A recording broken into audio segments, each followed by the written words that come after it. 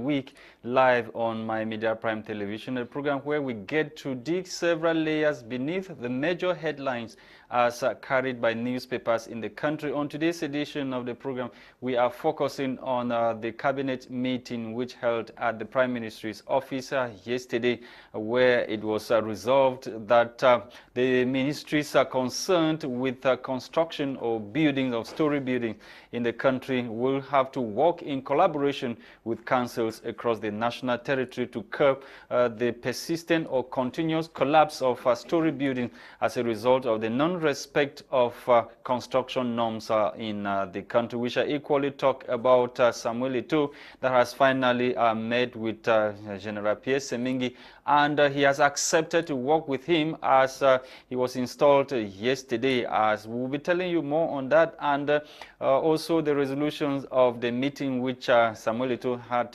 yesterday with delegates of the 2009 General Assembly of FECAFOOT. Bomotonguina Gwladys is here with us.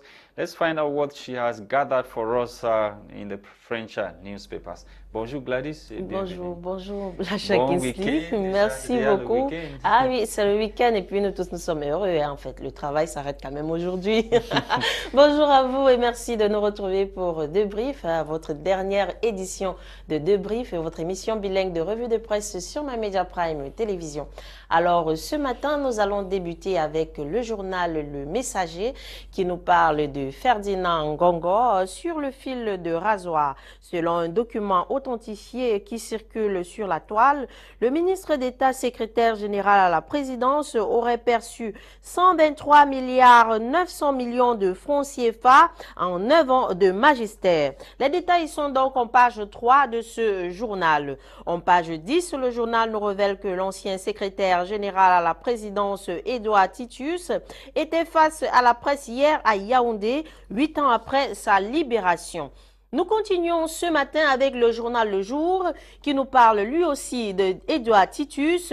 Le temps a empiré la situation que je dénonçais il y a 25 ans. L'intégralité de sa déclaration d'hier de l'ex-secrétaire général à la présidence de la République à l'occasion de la commémoration de sa sortie de prison il y a 8 ans. Les détails sont donc en page 5 de ce journal.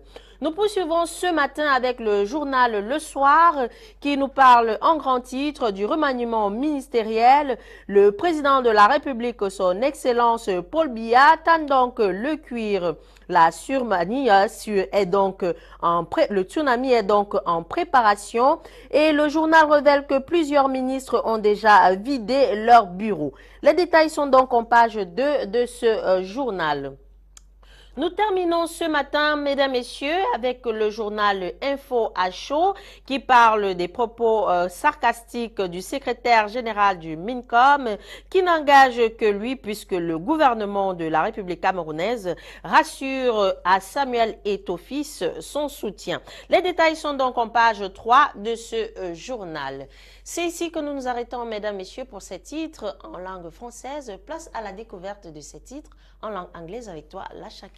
Thank you, Bomotonguina Gwladys. Let's kickstart with the National Bilingual Daily Cameroon Tribune. Cameroon Tribune this morning is dedicating a majority of its front page to the Star Building cabinet meeting which held yesterday, and it was chaired, of course, by Prime Minister Chief Dr. Joseph Diongute, and the cabinet meeting for the month of February at the Star Building chaired by Diongute as a result of the continuous collapse of story buildings in Cameroon because of the non-respect of construction norms. Prime Minister, Head of Government, Chief Dr. Joseph Diongute, yesterday called on the ministerial departments or ministers concerned to work in synergy with local councils to ensure that construction norms are respected in the country. The cabinet meeting, as I earlier mentioned, had as focus this issue of the non-respect of construction norms in Cameroon. More details in this edition on pages 4 through 5 of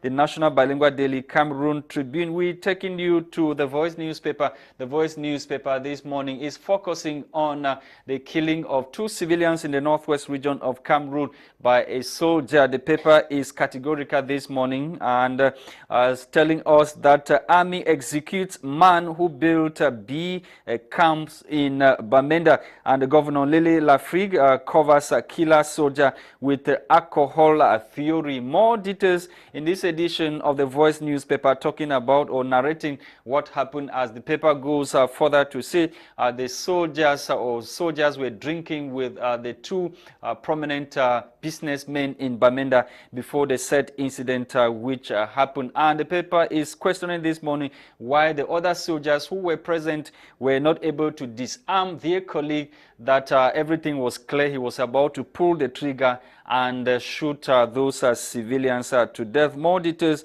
as I earlier mentioned, in this edition of the Voice newspaper. The Voice newspaper this morning is also telling us that thousands of Cameroonians are stranded in Ukraine as a result of what is happening there, or the invasion of Ukraine by Russia. More Cameroonians are stranded, and other African countries are already issuing statements, and they are promising their citizens that their security will be guaranteed. More details in this edition of the Voice newspaper. We end this morning with the English daily, the Guardian Post. The Guardian Post newspaper is also interested in thousands of Cameroonians who are stranded or trapped in Ukraine as a result of the attacks or the invasion by Russia. Several Cameroonians of them have been trapped as a result of the attack on Ukraine by Russia. More details on the measures already being taken to ensure the security of these Cameroonians only in this edition of the said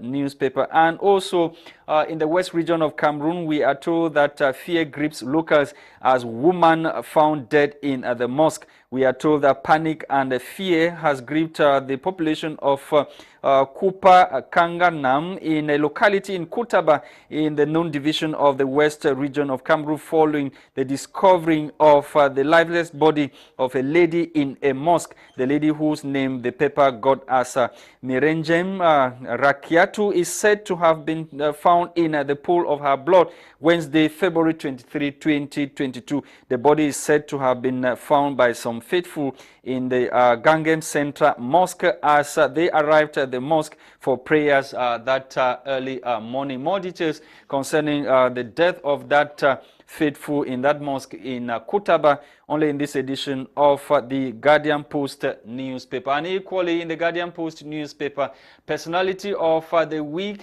Tumfo Barrister Nico Hale, who celebrates today 166 plus award journey to the success of Tumfo Nico Hale. Only in this edition of the Guardian Post newspaper, many Cameroonians will be joining him this morning at Hotel Sawa in Douala to celebrate with him his success and his journey through life and what he's been doing for humanity. You can get more details in this edition of the said newspaper, or join Tumfo Barrister Nico Hale this morning or at 2 p.m. at Sawa Hotel here in Douala, the economic capital of Cameroon. We are back in the studio, televiewers of my Media Prime Television, to continue discussing some of the major headlines. Joy Ngong is joining us this morning. It's been long, Joy. Good morning and welcome once again. Good morning, Lasha Kingsley. It's always a pleasure to be here. It feels good to be back. Thank you for joining as well, and we continue to say our condolence to you. You lost your father and you're just back from Bamenda to bury your father. We say hold strong, stay strong, and everything is going to be all right. Thank you. Let's take you to the Voice newspaper this morning. That is very categorical when it comes to what happened in Bamenda. And the paper, in one of its major headlines this morning, writes, Army executes man who built bee camps in Bamenda. It's really sad, Lasha Kingsley, what is happening in Bamenda today. It's really, really sad. It's not the first time that we are having incidents like this. They've killed so many people before. Yesterday was the funeral of Senator Barrister Henry Kemende, one of the nation builders too, who was equally executed in Bamenda under the same conditions. And the government is not saying anything about it. Yes, I'm taking the case of the senator, because if the government is totally silent about its own, then what more of the normal civilians, what more of the regular citizens in that part of the country. It's really sad. And if you see the conditions surrounding this particular murder, I don't want to say assassination because it's going to be really exaggerated, but if you see the conditions that surrounded this particular case and the release, the outing of the governor, the Northwest governor. Yes, and the governor saying that the three, because two people actually died,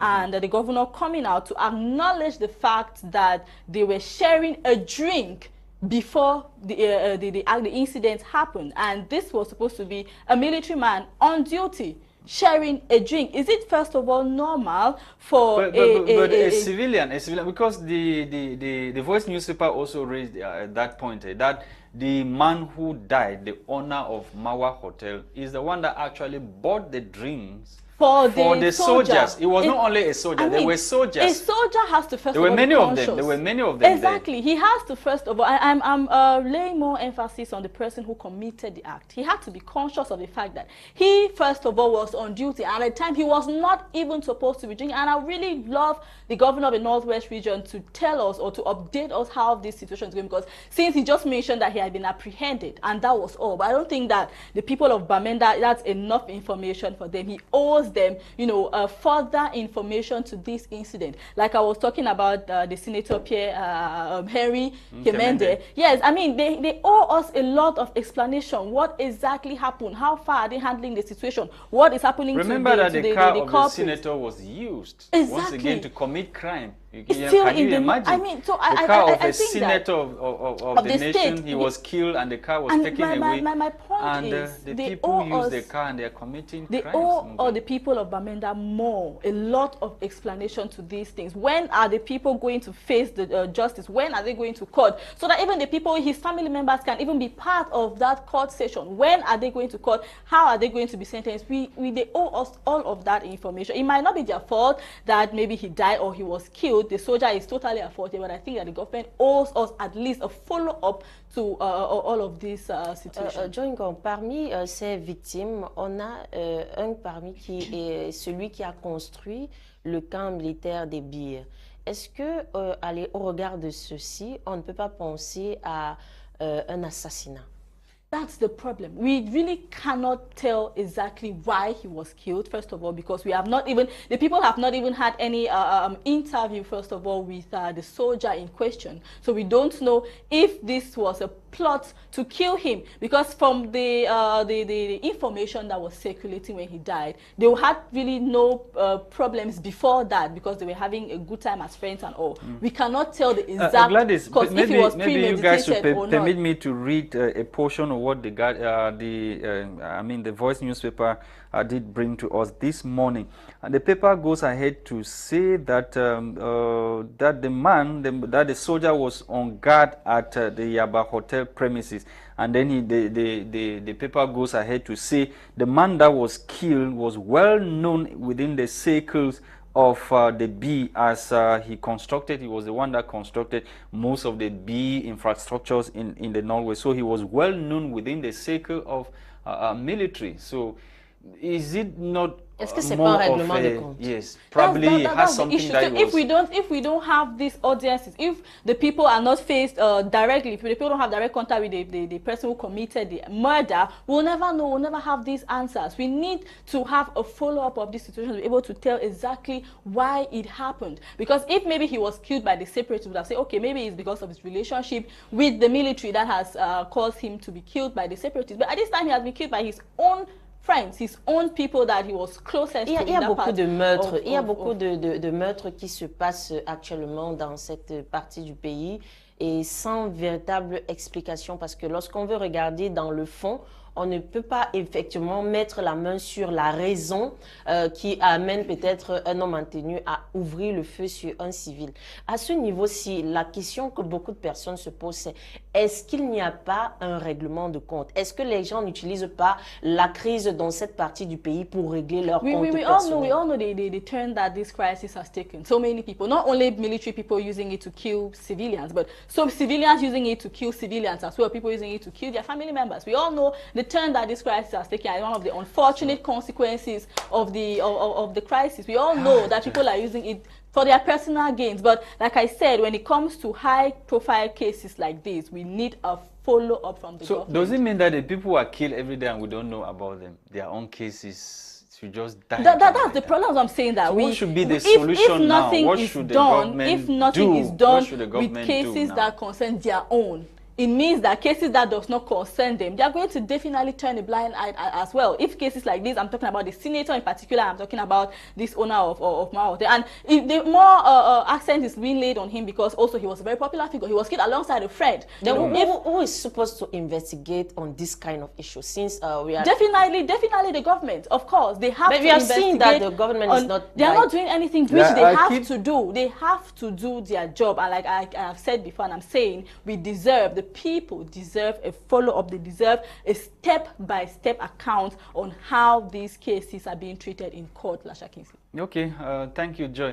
Let us also take on this other headline that has to do with Samuel Eto'o, who finally met with delegates of the 2009 General Assembly of FECAFOOT to try to see or seek ways of solving the crisis that have been plaguing the Football Federation of Cameroon, especially local, that has to, affect the local football in the country. And yesterday, shortly after the meeting, Samuel Eto'o also installed General Pierre Semenge, who was supposed to head the Transitional Council for Professional Football in the country.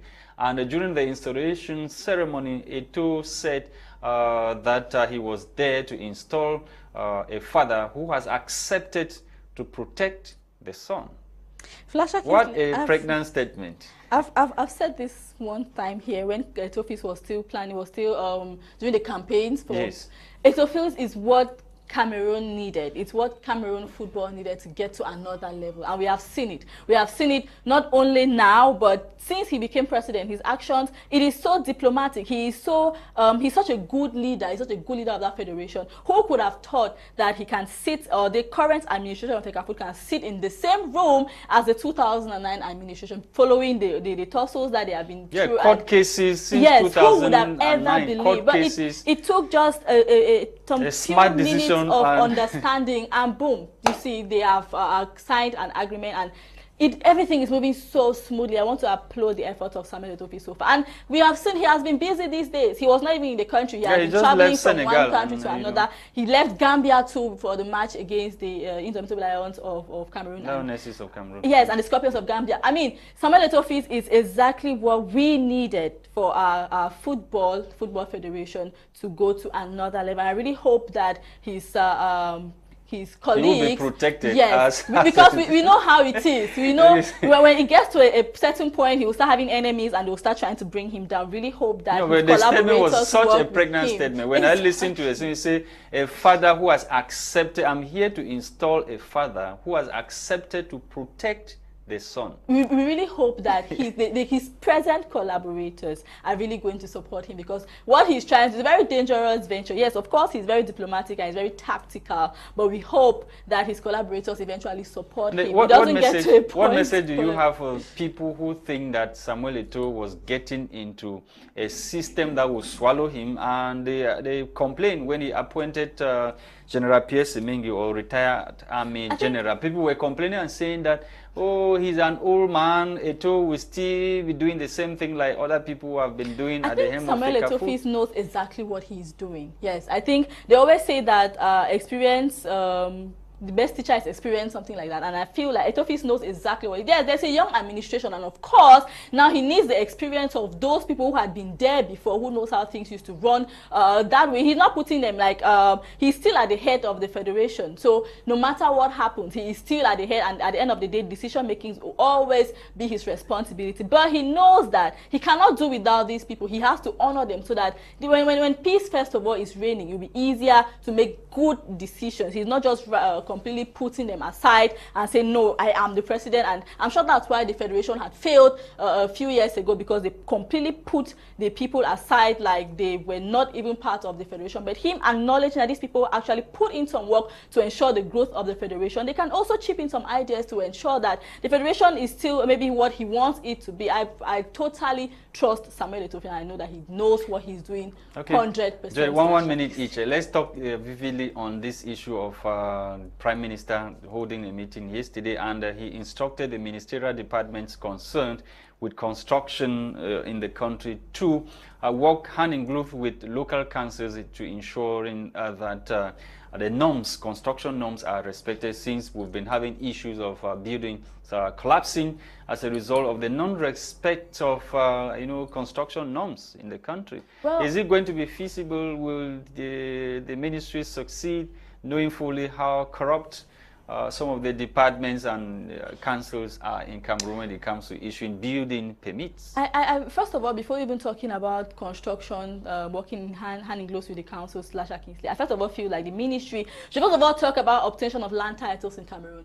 A couple of weeks ago, Cameroonians raised the problem of the increase in prices of rent in most cities in Cameroon, and I feel like most of these things go back to increase in taxes and all of that, because if this maybe the taxes were a little bit reduced, the contractors will have more money to be able to acquire high quality equipment. Same thing that the Supreme Court did raise recently during the opening or the launching of Judicial Year 2022. They did talk about land reforms in the country, that there's urgent need for some reforms to be carried out. I also feel like the councils equally should harmonize all of these things. The norms should be harmonized all through the country. It shouldn't be, expensive in some areas, and in some other areas it is less expensive. People just go, they go get marshy lands. They don't even do feasibility studies. Because maybe they just go and plant story buildings without evaluating. Exactly, and the council authorities to collect the bribes. They don't take time to check the lands and say, no, this place you can't build on it. Even town planning. How many of our cities have been respected town planning in Cameroon? I feel like we should go back to the base, review first of all the tax system. From there, we can now say, okay, everything is moderate and it is harmonized in all the cities. We end with Ukraine. Ukraine and Russia. Russia has finally invaded Ukraine, and thousands of Cameroonians are trapped in Ukraine.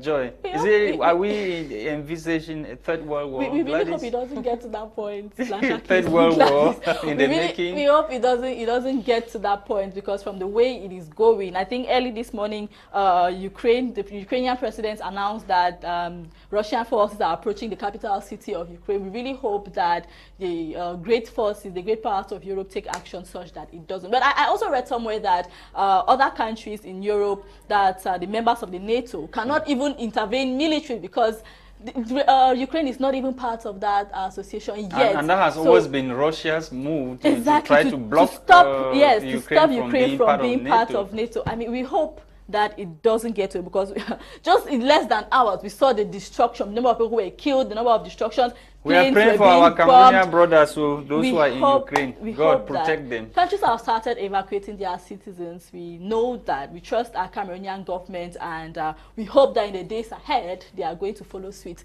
follow Nigeria, Ghana's example, and evacuate our citizens eventually from Ukraine. Yes, Lasha. Thank you for coming, Joy. And abandon them in their situation. Thank you, Joy Gon. Thank you to televiewers of Media Prime Television for watching the very last edition of the program for the week, and hopefully we'll be with you together once again. That will be next week for yet another edition of What the Papers Must Have Said. Meantime, you can join Tumfo Barrister Nico Hale this afternoon at Sawa Hotel in Douala to celebrate with him his success. He has grabbed over 166 awards during his career as lawyer and a peace crusader in the entire African continent. Thank you for watching. Bye-bye.